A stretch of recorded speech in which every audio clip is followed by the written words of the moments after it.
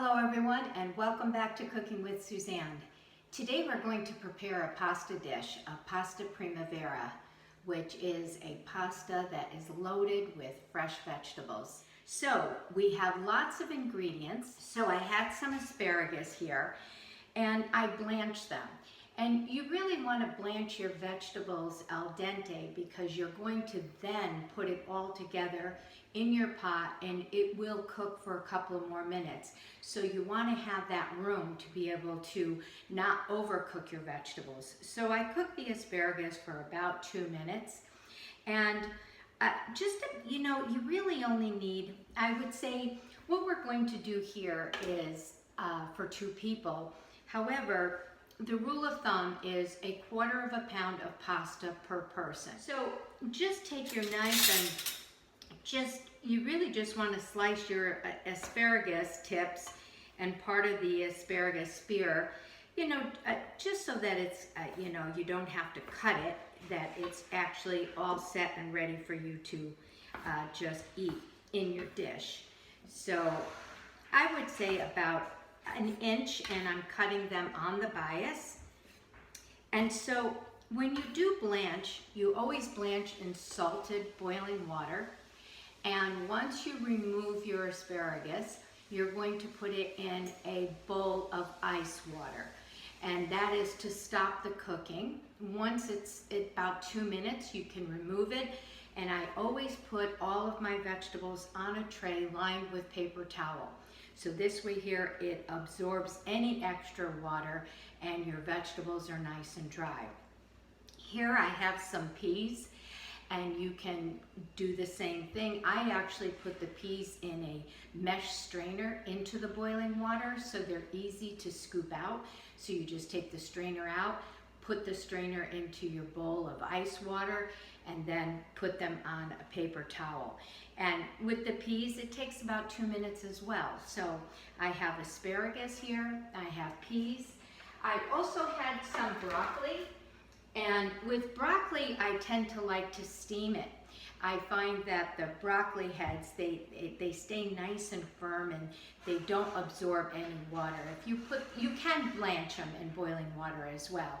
But I did steam these here, and I steamed them until about 4 minutes. It takes about 4 minutes. So I have my broccoli here ready, and the same thing.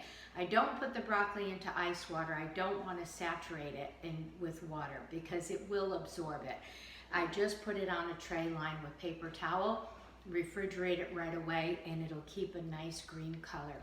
I sauteed some mushrooms, and with the mushrooms, just like the video that I did, the crostini with the mushrooms, I added a shallot, finely diced, and 2 large cloves of garlic. I finely diced or minced those, and at the end, I added the garlic and the shallot after I had sauteed the mushrooms.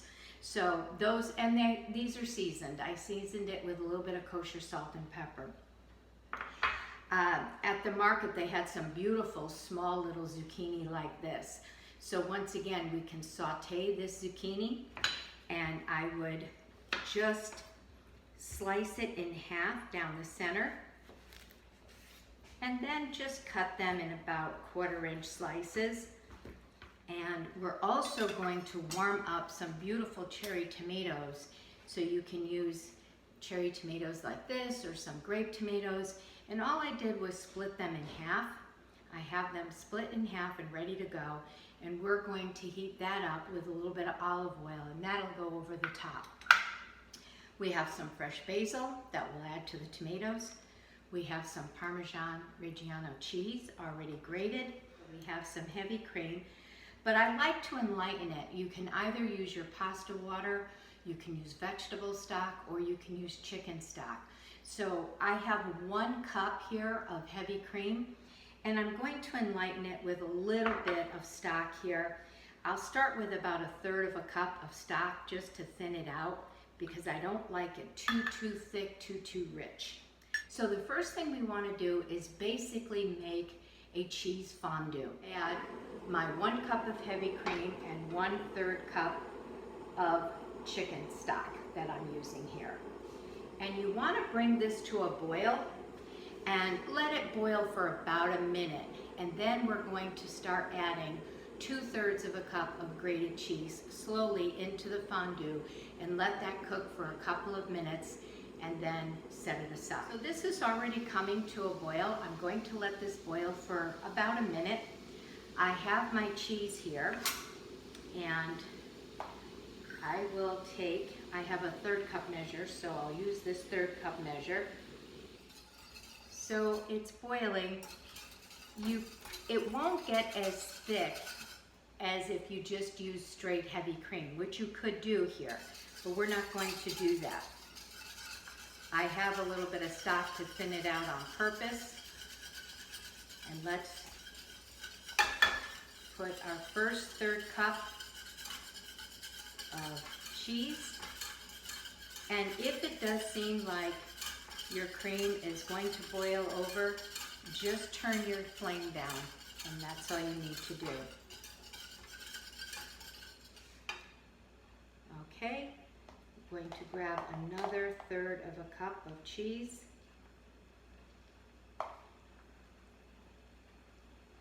And whisk that in.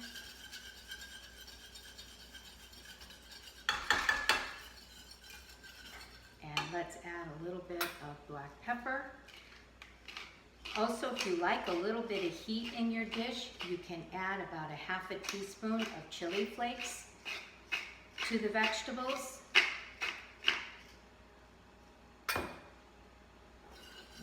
Okay.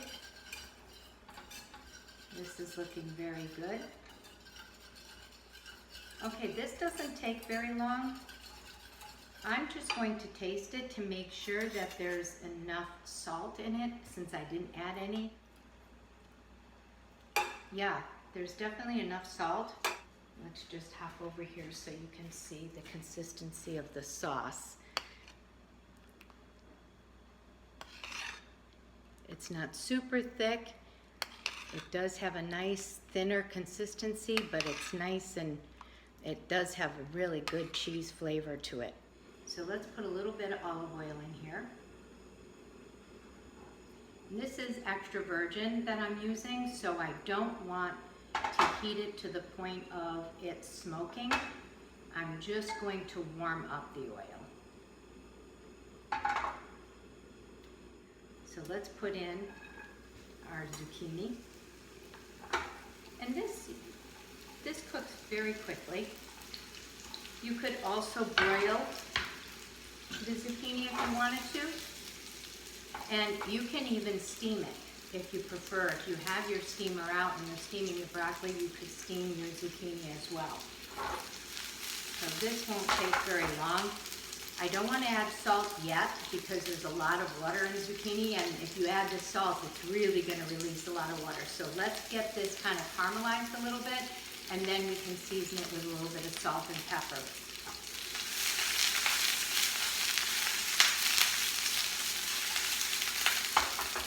We'll add a little bit of kosher salt.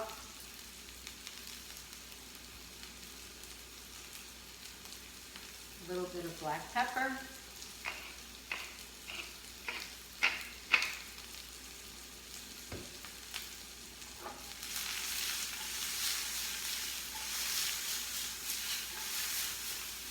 That makes it really good. Okay, it's pretty much done.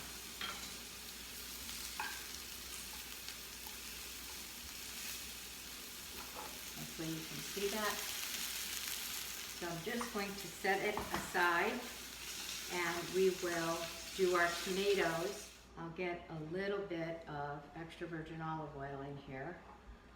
Going to put a little extra because it's going to really flavor the tomatoes really well. So I probably have about a tablespoon and a half. My tomatoes are already sliced, so we are good to go there. I think we can put our tomatoes in.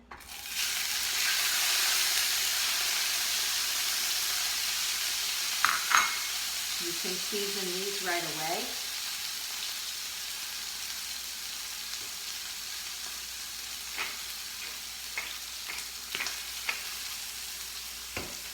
These, you're just looking to warm them up.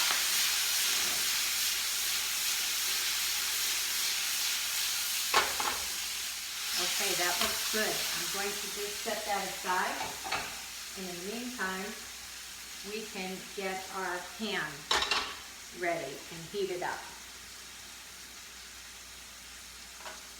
I'm just going to take a little bit of stock and put it in the bottom of the pan, just so we can add all of our vegetables. So I have a couple of tablespoons here. It's just a thin layer that I have in the bottom of the pan. We'll get that heated. And in the meantime, I will get the basil ready for our tomatoes.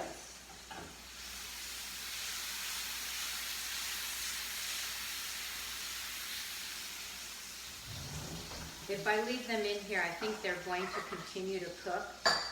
So let's pull our tomatoes out.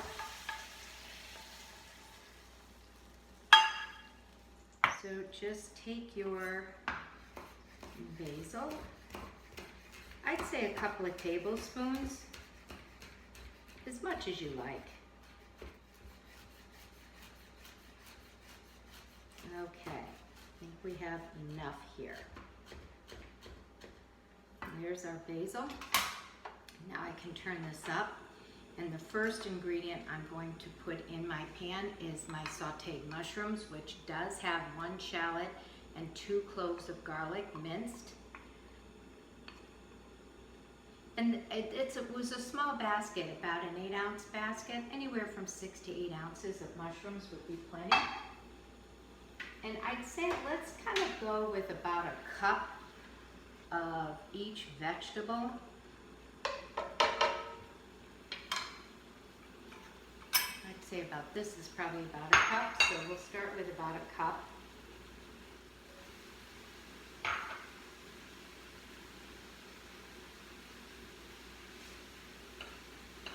Maybe about a half a cup of peas might be enough.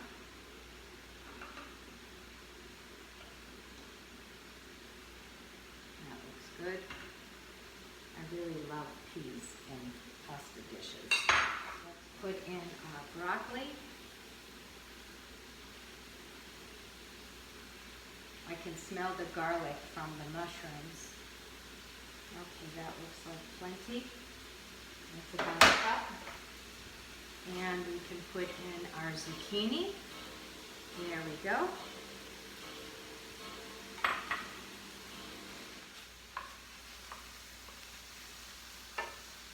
Okay, I will take the basil and add some to our tomatoes.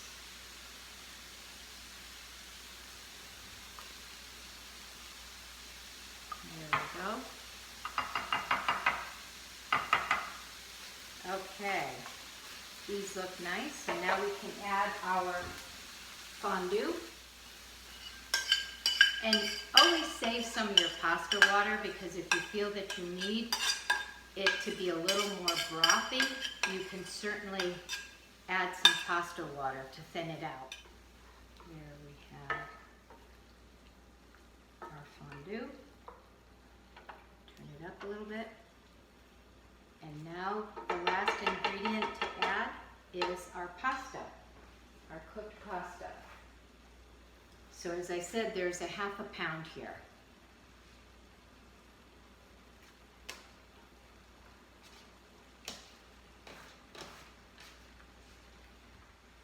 And if you have a set of tongs, just use your tongs.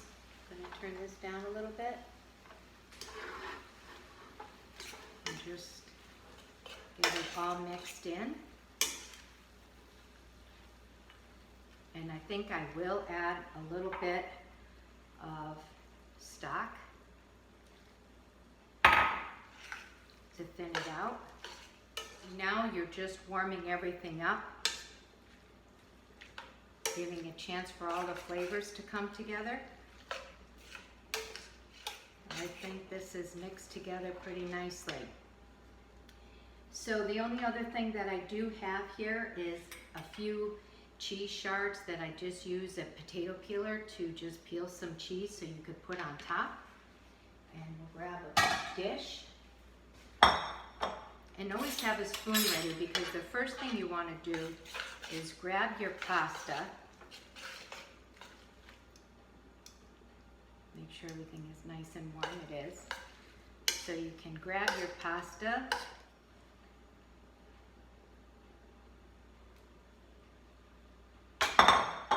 Then you can take a spoon and make sure you get all these beautiful vegetables. Some zucchini, more broccoli, more mushrooms. I'm going to shut this off. You can sprinkle it with a little bit of grated cheese if you like first. And one other ingredient that I think is great with this are pine nuts, very lightly toasted pine nuts, which we will put on top. So let's take some of these beautiful tomatoes, cherry tomatoes, and put them right on top. There we go. A few cheese shards.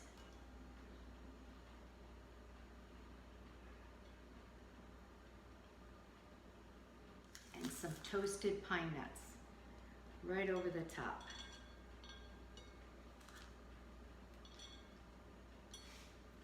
That looks great. And then if you want, you can always garnish with a nice sprig of fresh basil. You can certainly put that basil right into your dish as well. It's not a super saucy dish. If you prefer it, definitely you can double up on the cream. You can double up on any of your pasta water or stock, but it's all about the flavors of the vegetables in the pasta. So let me come around so you can see it. It's a nice summer pasta dish for sure. So here is my version of pasta primavera. There you go. Okay, hope you enjoyed this and give it a try. It's a really nice summer dish. Take care. We'll see you again soon. Bye now.